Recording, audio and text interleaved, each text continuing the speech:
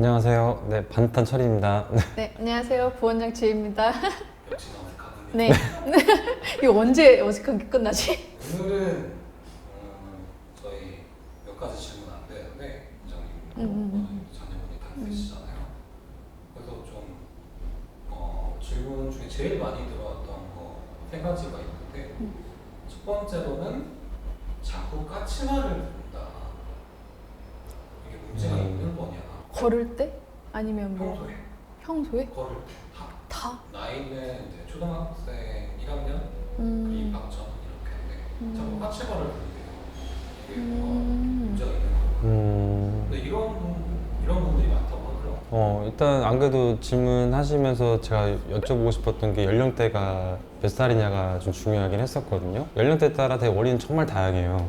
근데 까치발 든다는 거는 결국 그 무릎 뒤쪽, 발목 뒤쪽에 있는 근육이 좀 너무 짧았을 때 나타날 수 있는 건데 아킬레스건이라고 하죠.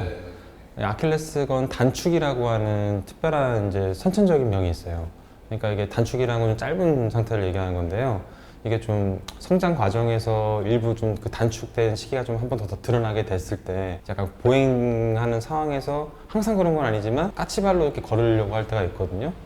대부분은 좀 그런 병은 뭐 이렇게 좀 수술을 요하거나 뭐 이렇게 정밀 검사까지 요하는 경우는 많지는 않고 대부분 스트레칭을 통해서 근육 좀 풀어주고 시간이 지나면 대부분 좋아지는 경우가 엄청 많습니다. 근데 간혹 요새는 흔하지 않지만 우리 소아마비라고 아시죠? 옛날에 네네네. 옛날에는 이제 예방 접종이 많이 이제 좀 이렇게 많이 하지 않았을 때는 좀 이제 나이 드신 분 사이에서는 소아마비가 꽤 많이 있으셨는데 그런 거에 대한 후유증으로 보통 이제 근육이 좀 짧아지거나 근육 일부 마비가 돼서 그런 보행 장애가 있었던 분들이 덜어 있었어요. 하지만 요새 예방 접종을 했다 하더라도 아주 경한 소아마비가 나타날 때가 있는데 그게 약간 일부가 근육의 좀 기능이 떨어지거나 근육이 짧아지면서 까치발을 걷는 경우도 있거든요. 일단 그거는 그래서 좀 저는 추천해드리고 싶은 게 그냥 이거 보고 그냥 좋아지겠지? 그냥 지켜보는 것보다는 일단 병원 한번 오셔가지고 간단하게나마 진찰 좀 받아보고 엑스레이 정도 찍어봐서 뼈 괜찮은지 보고 그 다음에 이제 괜찮은지 한번 확인하고 지켜볼지 아니면 좀 병원에서 좀 적극적인 검사까지 해야 될지 들어보시는 게 좋을 것 같아요. 따로 치료를 받으면 네, 일단 뭐 치료 방법은 이제 어떤 병이냐에 따라 차이가 있는데 아킬레스건이 너무 심하게 단축된 경우에는 이제 근육을 좀 늘려주는 수술 받는 경우도 있고요. 그렇게 심하지 않은 경우는 스트레칭 위주로 물리치료 위주로 재활 위주로 가도 충분히 좋은 결과를 얻을 수 있습니다. 가서 어쨌든 물어봐야겠네요. 네. 방거랑 살짝 이어지는 것 같긴 한데 이런 오다리나 이렇게 팔을 폈을 때 일자가 아니고 이렇게 휘어지시는 분들도 있대요. 근데 이거 수술을 하는 게 인터넷 낭설일 수도 있지만 이걸 부러뜨린 다음에 다시 붙인다 네. 이 말이 있는데 이게 맞나요? 네. 맞아요? 네, 그거는 맞아요? 단순히 미용적인 목적으로 하진 않고요. 네. 특히 이제 뭐 질문 주신 이제 팔이 쭉 뻗었을 때 이제 한쪽은 많이 휘어 있다. 근데 이거는 사실 선천적으로 많이 휘어 있는 분들이 많지는 않고 어릴 때 외상 이후에 뼈가 성장판을 다쳤을 때 여기가 성장판 다치면 이 길이 성장에 문제가 되는 게 아니라 각도 성장에 영향을 줘요. 그러니까 보통 어릴 때 다친 흔적으로 인해서 성인이 됐을 때 양팔을 딱 펴보세요 하면 한쪽이 너무 심하게 휘어있는 분들이 있어요. 이때는 이제 의미가 있는 수술이 아까 뼈를 부러뜨리고 맞추냐 그걸 이제 정형외과는 이제 절골술이라고 하거든요. 뼈를 자르고 절골 교정술 이렇게 해서 너무 고정하는 많이 건데 돌아갔을 때. 네. 사실 그거는 이게 단순히 눈으로 봤을 때 스트레스뿐만 아니라 생활에 지장을 주고 있을 거예요. 그러니까 분명히 뭔가 손을 쓰려고 하는데 양치질이라던가 뭐 글씨 쓴다거나 젓가락질 하시거나 뭔가 영향을 주고 있으니까 수술로 들어가는 거거든요. 사실 딱 얘기는 들으면 뼈를 자르고 붙이고만 하니까 되게 환자분이나 이렇게 들으신 분들은 되게 더 놀라시는 수술인데 저희까지 많이들 하는 수술이고 오다리도? 네. 오다리도 네. 사실 그 다리 쪽에 대해서는 오다리는 수술을 꼭 해야 되는 거에 대해서는 좀 많이 있어요. 그러니까 교정술을 하는 게 오다리가 있는 분들은 결국 퇴행성 관절염이 더 빨리 온다라고 되어 있거든요. 주로 우리가 다리 쪽에 관절염이 생기는 거는 무릎 관절은 보통 안쪽과 바깥쪽으로 나눠져 있는데 보통 안쪽에 관절염이 잘 와요.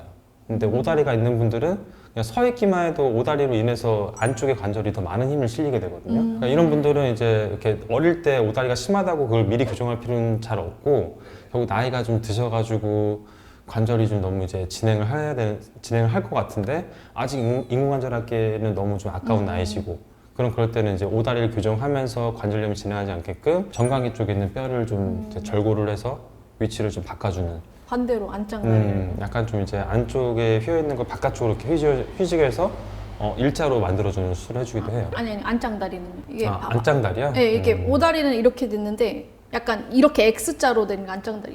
이래 그걸 안짱다리라고 하지 않나? 그런 거는요? 그 다리는 사실 좀 이렇게 그런 이제 다리 변형 장애는 그렇게 많이 오다리에 비해서는 흔하진 않긴 한데 걸을 때 약간 이렇게 걷잖아요. 근데 그거는 보통 뭐 선천적으로 좀 관절 장애가 있다기보다는 근육이나 신경 장애가 있는 분들이 보통 근육 발달이 좀 덜 돼가지고 그렇게 된 경우가 꽤 많거든요. 근데 아직 정형외과에서 보통 케이스를 좀 보다 보면 그런 케이스는 그렇게 흔하진 않아요. 그래서 만약 그런 게 있는 경우도 많대로 절골술을 할 때 반대로 좀 할 때가 있죠. 아니 뭐 어릴 때 애기들 그런 교정 막뭐 껴놓던데 잘 때? 네. 그런 그 정도 할 케이스는 그렇게 많지 않은가 봐요. 네, 맞아요. 어린아이들한테 보조기를 채우고 교정기를 채운다는 거는 좀 이렇게 쉽게 결정할 문제는 아니거든요. 오히려 그게 성장을 좀 방해할 수도 있고 근육 발달에 영향을 줄 수 있기 때문에 네, 되게 힘들 것 같아요. 충분히 진단을 제대로 하고 정확하게 들어가야지 섣불리 하면 아이들한테는 엄청난 스트레스가 되고 결국 후유증만 남길 수 있는. 아니 우리 아들 둘째도 조금 이렇게 걸어요. 근데 원장님이 제가 걱정돼서 혹시 그런 교정을 해야 되냐, 왜냐면 교정 전문 병원도 있더라고요. 그런 애들 반대하시 절대 안 된다고. 성장 이야기 나와서 하는 말인데 개인적으로 정말 궁금한 건데 키 크는 수술 있잖아요. 네. 그거 진짜 하는 사람들이 있나요? 네, 있습니다. 저도 네. 봤어요. 진짜 한 사람 봤어요. 케이스는 저도 몇 차례 많이 받고 수술도 좀 했는데요. 늘어난다고 하더라고요.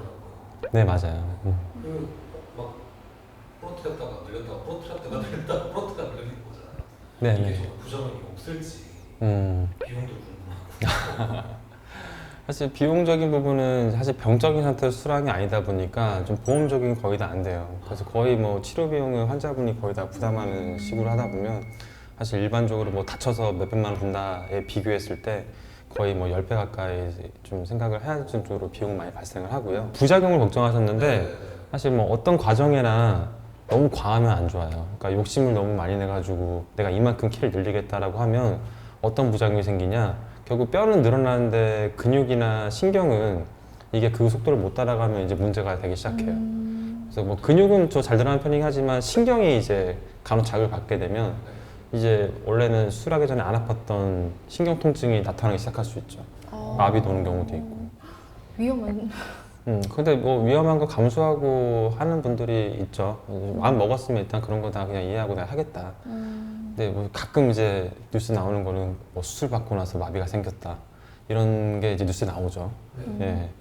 근데 그거는 사실 뭐 어느 그 치료뿐만 아니라 어느 치료나 다 발생할 수 있는 일부의 부작용들인 건데 딱 그게 이제 기사화가 되면 좀 안타깝죠. 네, 저희도 안타깝고 환자분도 안타깝고. 네. 추천하시나요? 근데 키에 대해서 스트레스가 정말 많으신 분이면 만족을 많이들 하세요. 내가 이제 키가 원래 이 정도였는데 내 목표만큼 컸다라고 생각하시면 충분히 환자분 입장에서는 많이 만족하는 수술이죠. 근데 그만큼 많이 고생을 하세요. 하고 나서 또 이제 안 쓴 만큼 근육도 다 빠져버리기 때문에 끝나고 나면 또 근육 운동도 하셔야 되고 쉽지 않은 과정이죠. 네, 맞아요. 네. 보통 이제 입원 한번 하시면 한 달 정도 입원해서 뼈를 늘리고 이제 뼈 붙을 때까지 그냥 집에 계시면서 그냥 가만히 계시다가 또 이제 한 달, 두 달 있다 다시 또 와서 또 늘리는 과정을 입원하고 그게 거의 뭐 몇 달에서 뭐 1년까지도 걸리는 과정이죠. 네. 반듯한 처리 오늘은 네. 지금까지 반탄 처리였습니다. 네 감사합니다.